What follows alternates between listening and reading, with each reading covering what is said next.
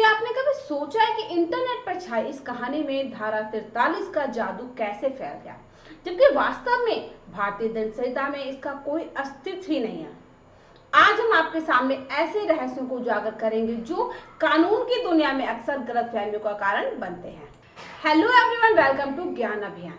यहाँ पर इस वीडियो में आज हम बात करेंगे कानून की जटिलताओं को सरल और रोचक भाषा में प्रस्तुत कैसे करा जाए। आज का विषय है भारतीय दंड संहिता आईपीसी की धारा 43।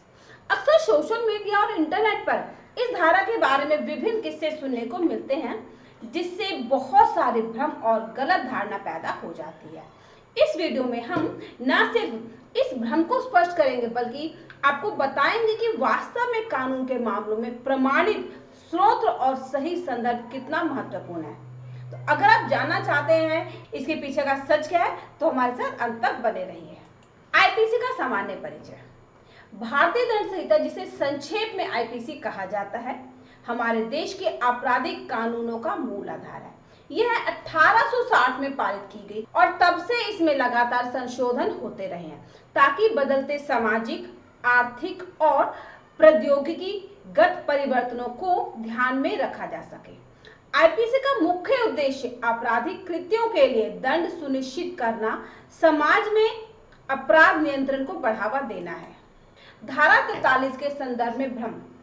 धारा 43 मिथक एवं वास्तविक प्रावधान। जब हम उपलब्ध पारंपरिक कानूनों, ग्रंथों, अदालती मामलों और प्रमाणिक स्रोतों की चर्चा करते हैं, तो हमें पता चलता है कि वर्तमान में भारतीय दंड संहिता में स्पष्ट रूप से धारा 43 नामक कोई प्रावधान नहीं मिलता।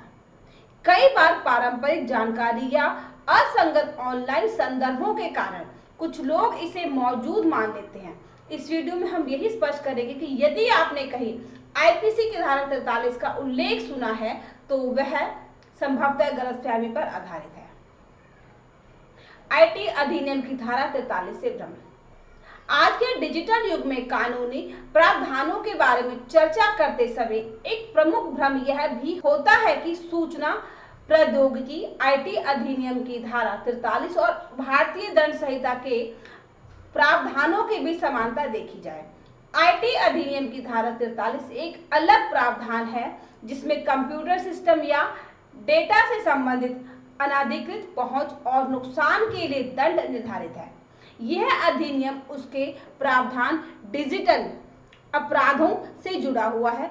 इसलिए अगर आप धारा 43 सुनते हैं, तो पहले यह समझना महत्वपूर्ण है कि संदर्भ किस अधिनियम का है, आईपीसी का या आईटी अधिनियम। भारतीय दंड संहिता आईपीसी में प्रासंगिक प्रावधान। आईपीसी में आम प्रावधानों की संरचना। भारतीय दंड संहिता में आपराधिक अपराधों को विभिन्न अध्यायों और धाराओं में बांटा गया है, जैसे कि हत्या, आक्रामकता, धोखाधड़ी, आपराधिक अभद्रता आदि। वहां प्रत्येक धाराओं के अंतर्गत अपराध के तत्व, दंड और अपवादों का विवरण मिलता है। अदालती मामलों और कानूनी व्याख्याओं से हमें यह ज्ञान होता है कि हर धाराओं का अपना एक ऐतिहासिक और व्यवहारिक महत्व है। धारा 43 से संबंधित संभावित भ्रम। हालांकि धारा 43 नामक कोई प्रावधान आईपीसी में प्रमाणिक रूप से मौजूद नहीं है, लेकिन कई बार इंटरनेट और सोशल मीडिया पर ऐसा दावा किया जाता है। इस संदर्भ में आवश्यक है कि दर्शक यह समझे कि प्रमाणिक स्रोतों की महत्वता। कानूनी सलाह या जानकारी प्राप्त करते समय हमेशा सरकारी दस्तावेज, सुप्रीम कोर्ट के निर्णय या आधिकारिक विधायी स्रोतों का ही सहारा लेना चाहिए। कानूनी सलाहकार से संपर्क। यदि किसी विवाद या कानूनी समस्या में संदेह बना रहे, तो उचित कानूनी सलाहकार से परामर्श करना अनिवार्य है। कानूनी दस्तावेजों का महत्व। हर एक धाराओं की सत्यता और प्रासंगिकता की पुष्टि करने के लिए आपको आधिकारिक विधायी दस्तावेज, सुप्रीम कोर्ट के मामलों और कानूनी एनालिसिस का सहारा लेना चाहिए। यह न केवल आपके कानून को प्रमाणिक बनाता है, बल्कि गलतफहमियों से भी बचाता है।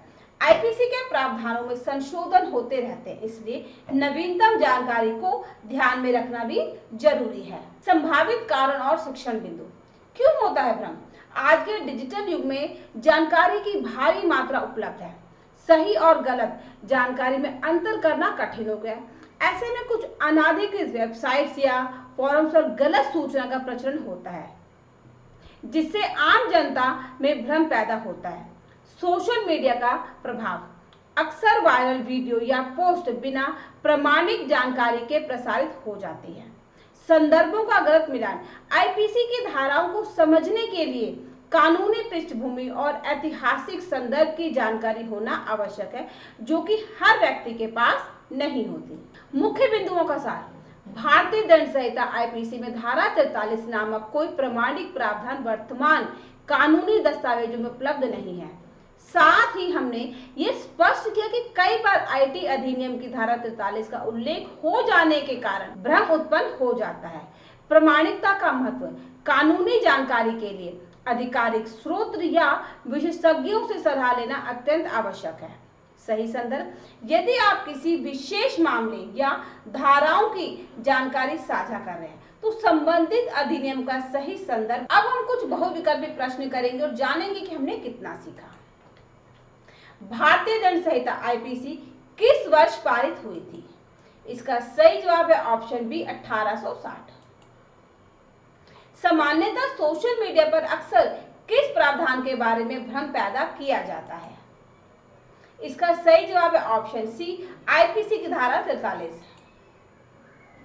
वास्तविक कानूनी दस्तावेजों और सुप्रीम कोर्ट के निर्णयों के अनुसार भारतीय दंड संहिता में धारा 43 का क्या अस्तित्व है?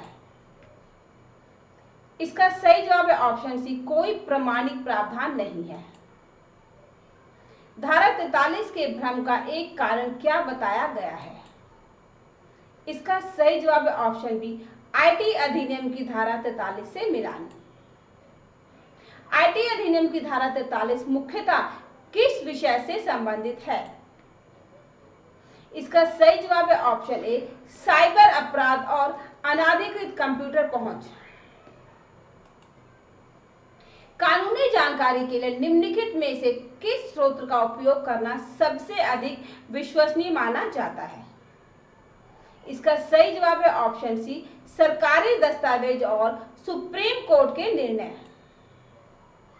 भारतीय दंड संहिता के मुख्य उद्देश्य में से एक निम्नलिखित में से कौन सा है? इसका सही जवाब है ऑप्शन बी आपराधिक कृत्यों के लिए दंड सुनिश्चित करना। जब भी कानूनी जानकारी साझा की जाए तो निम्नलिखित में से कौन सी सलाह सबसे उपयुक्त मानी जाती है? इसका सही जवाब है ऑप्शन बी प्रमाणिक स्रोतों और विशेषज्ञों से पुष्टि करना। आईपीसी में धाराओं के संशोधन और अपडेट क्यों होते रहते हैं?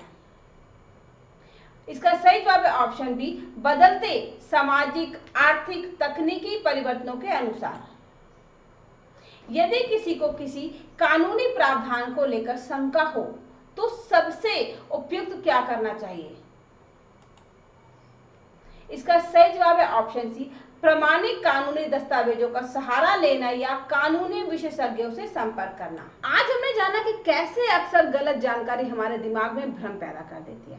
भारतीय दंड संहिता में धारा 43 का कोई प्रमाणिक अस्तित्व नहीं है और यह भ्रम मुख्यतः आईटी अधिनियम की धारा 43 से उत्पन्न हुआ है। इस वीडियो का मुख्य उद्देश्य आपको सही जानकारी देना और यह समझाना कि कानूनी मामलों में प्रमाणिक स्रोतों का चयन क्यों जरूरी है। यदि आपको ये वीडियो ये जानकारी अच्छी लगे तो लाइक करें, शेयर करें और चैनल को सब्सक्राइब करना ना भूलें।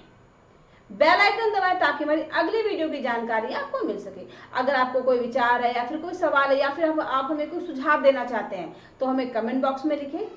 ये हमारा QR कोड है, इसको स्कैन करके आप अपने ज्ञान अभियान चैनल को सपोर्ट कर सकते हैं। तो मिलते हैं एक नए वीडियो में नई जानकारी के साथ, तब तक के लिए गुड बाय।